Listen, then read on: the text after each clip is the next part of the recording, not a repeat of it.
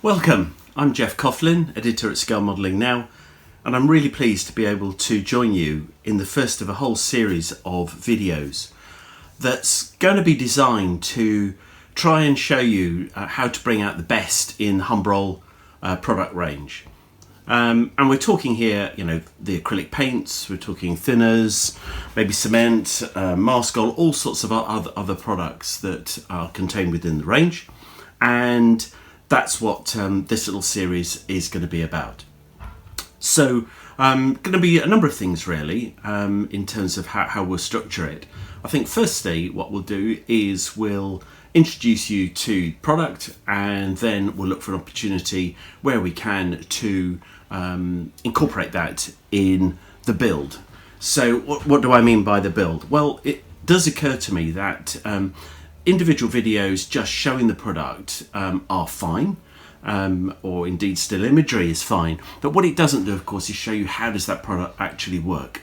And so to that end, what we've agreed to do is to get one of the Airfix kits, and in this case it's the Hurricane Mk.I, and what I've decided to do, having selected that kit, is to take you through pretty much the whole build in a whole sequence of fairly short videos. This is not going to be me sitting down here going through every single laborious minute of the build. That would be painful for you. It would certainly be painful for me, so we're not going to do that.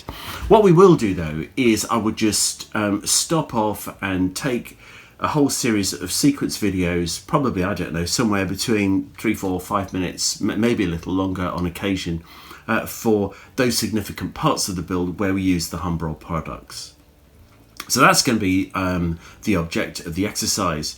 And as I said, this particular scheme, which is a desert scheme flown by the RAF, and this was a 274 Squadron RAF Sidi Barrani in Egypt 1941 scheme.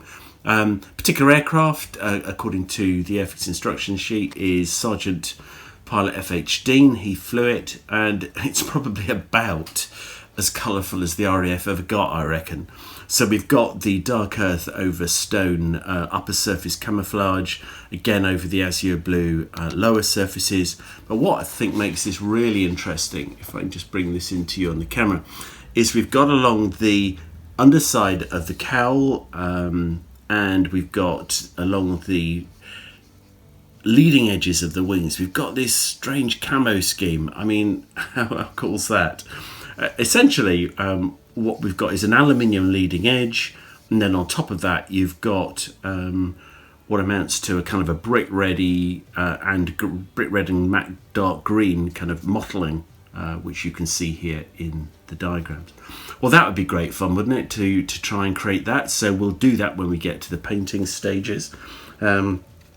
And I think, as I said, wherever possible, we'll use Humbrol products, because I think that would be, that's the whole point of the exercise really, so you can see how to use them, because I think there's all sorts of stuff that's been said, some positive, some not so good, about some of the Humbrol products, and I just think it's unjustified very largely, not least of which it's about trying to make sure you use these things in the right way, as they're suggested by the manufacturer, and that's what we're going to do.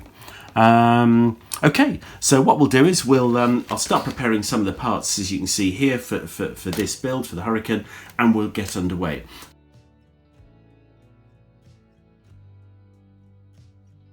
And I thought before we get underway with the Airfix Hurricane Mk.I build, it would be just useful just to give you a quick insight into, I think, just an approach to the project. First of all, so whatever project I'm doing, first thing off that needs to get some headspace is a plan. What's the plan here? Are we going to build this out of the box? Are we going to detail it? Are we going to look for any aftermarket accessories? What kind of finish am I looking for? What kind of scheme am I going to do? Am I going to do one out of the box, or am I going to find something else that's available in terms of aftermarket decals and so on? The net's brilliant for that. Any other references you've got, books and all sorts, but certainly the net has kind of rapidly taken over kind of my first port of call for reference, although I've got hundreds of books here in my kind of personal sort of modelling library, which are great from time to time, no doubt. They are very good, and I will still undoubtedly buy them. But to get on the net can give you the images usually that will give you a strong indication of, well, what does my subject look like? What am I trying to create? If I'm clear about that right from the outset, then all the build is about trying to realise that end image, that end game that you are clear about. So that's my first part, the kind of planning process. So that in this case is to build this thing out of the box. No aftermarket accessories at all. We'll see what happens when we get to things like seat belts and that kind of thing later. But at this stage, it's just going to be out of the box. In video 1, in the introduction, you saw that we had the markings, that great desert scheme, RAF desert scheme, which we'll be working towards. And then the second part of the process is just, for me, just making sure I've got all I need in terms of kit. Well, for sure, we want to be using as many of these Humbrol products that we have and we've got access to. So in this case, we'll be using some of the precision glue, which is great. We'll get onto that in a moment. There are some other things, though, that aren't currently available in the product range, which are essential. First thing for me is having some really high quality, good quality side cutters. These have got a flat side over here, so we can get in fairly close to the part. You're going to spend money on these, but they're worth it. They're worth every penny of it, because to get cheap ones means there's a risk you could damage the part. They're not as precise when they cut, so I'd be expected to pay somewhere between £10 and £20 for a set of these, but they'll last ages, so if you look after them. So that's the great thing. Side cutters, decent pair of tweezers.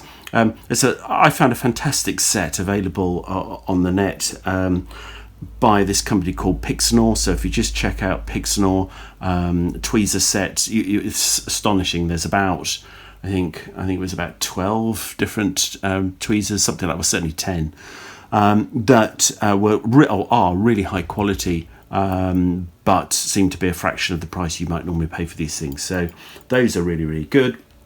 So that's perfect. I mean, these are pointed nose tweezers in the set. You've got all sorts of different shaped noses for different tasks, but essentially the pointy ones are great, very precise there.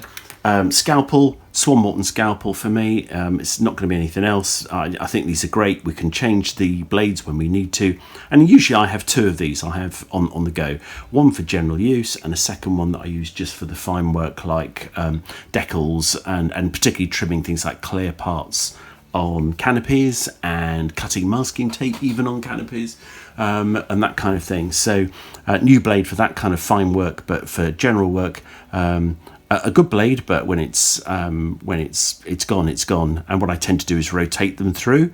So when my super sharp one that I use for my second scalpel, I think isn't quite perfect for that, it goes into here for general use and then it goes in the bin. So that's the kind of three key tools there, and then a bunch of sanders and buffers. I mostly use these ultimate ones. I think they're fantastic. The range is extensive, but there are multiple ones from all sorts of different manufacturers. So a whole good range of sanders and buffers are perfect. Some firm, some soft, some in between, and all the rest of it. So I think the final thing is this, which is my Tamiya tape, masking tape. I wouldn't use anything else. It's expensive, but it's great. It can be reused mostly when it's not too soiled, and it's just simply fantastic. It's great because it doesn't pull paint off your model. You can mask over all sorts of things with it, like metallic finishes. It's just one of those things that's so much better than any other masking tape I've ever come across. And I know people look for cheaper options. I've done endlessly. I've looked for cheaper options. Nothing comes close in terms of being as good as flexible as this stuff. So for me, no brainer. I would use a Tamiya tape every time. And to be honest, that's the kind of minimum to get going. So what we'll do is get on with it now and get into the build, and we'll see how we get on with some of these products.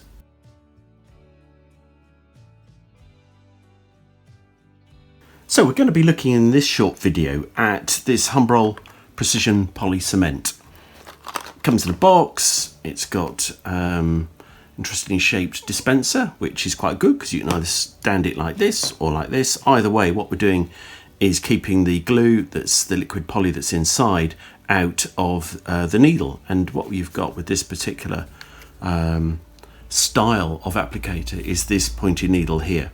It's useful to keep a long piece of fuse wire, something like that, just a thin piece of wire, that if you do get a clog, you can feed it down the wire and clear it out, which is good. And so we'll be using that in just a moment to start the construction on this Hawker Hurricane. And so to that end, what I've done is removed the first few parts. So we've got the armoured backplate here. We've got the two sides of the seat, which we'll use to attach on and like this, which we'll get onto in just a moment. So in order that we can do that, out comes our applicator, and try and keep this.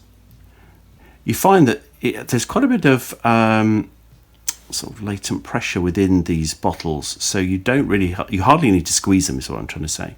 And so just applying a bit to one surface like that, put it down. For me, I tend to stick the cap back on quite quickly because we don't want that to get stuck in the needle. And then tweezers, we can just come in and now attach our part. You can use the front edge actually of the seat to just make sure everything is lined up. There we go. So just to give you an idea there. Good thing about this Humbrol poly cement is that it's good. It's good. It works well. It sticks nice and firmly straight away. Now, obviously, it's going to be it'll take a while to go off, but what it'll do is actually fuse the plastic together quite nicely. Oops, a long thread around. Come back and just apply some more to the other side of the seat.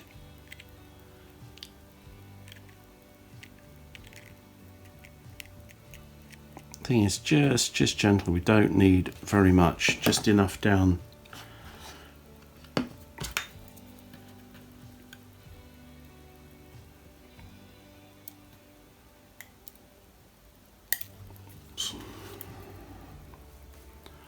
Okay, so just pop that on now, so make sure it's all lined up at the front.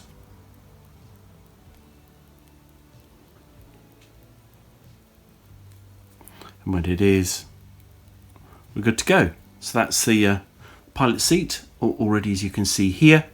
And so we'll just set that aside to dry. And because the seat is a different colour, mostly it's kind of aluminium, I think. Whereas the backrest is kind of RF interior green, RF interior grey green. We'll spray that separately in just a moment. So yeah, I think the idea now is for me to get some of the parts assembled with the project. But in terms of the glue, it's very simple as that to use. It's good stuff. If you look after it, keep the nozzle clean, it will last you for absolutely ages. So as you saw there's no need to apply glue to both sides or both parts, just along one edge of one. Just give it a few moments and then you can stick it together and it will stay nicely secure if you don't mess around with it. So we'll leave that on the side there and we'll get on and start assembling some other bits. So there we go, Humbrol Precision Poly Cement.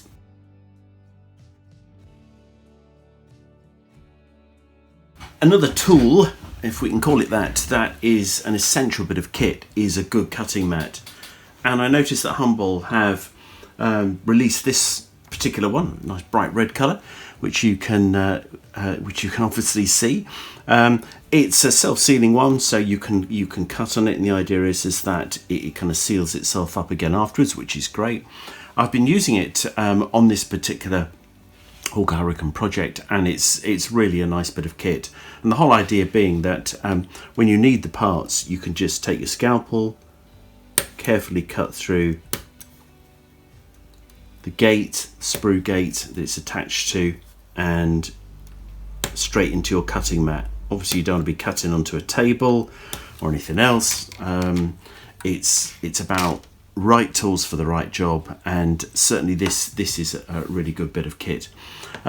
Just one thing I don't know whether you did notice, if I just bring you on a quick tour, just take you off here and bring you around. Actually it's quite neat because there's a scale on this particular cutting mat, whether you can see that, 48th and 24th down the right hand side there, right the way along through 76th at the bottom, 72nd, and then away up to 32nd and 35th scale on the left hand side. Just quite useful really to get an idea of measurements, and you can quickly get an indication of that as you go. And then along the top you can probably see there you've got some quite neat angles that are worked around the different circles. So there we go. It's what, about eight? It is A3 size, isn't it? Yeah, it's A3 size and plenty big enough to work on. And yeah, it's proving a really good bit of kit for this particular project, and certainly recommended. That's Humbrol's cutting mat.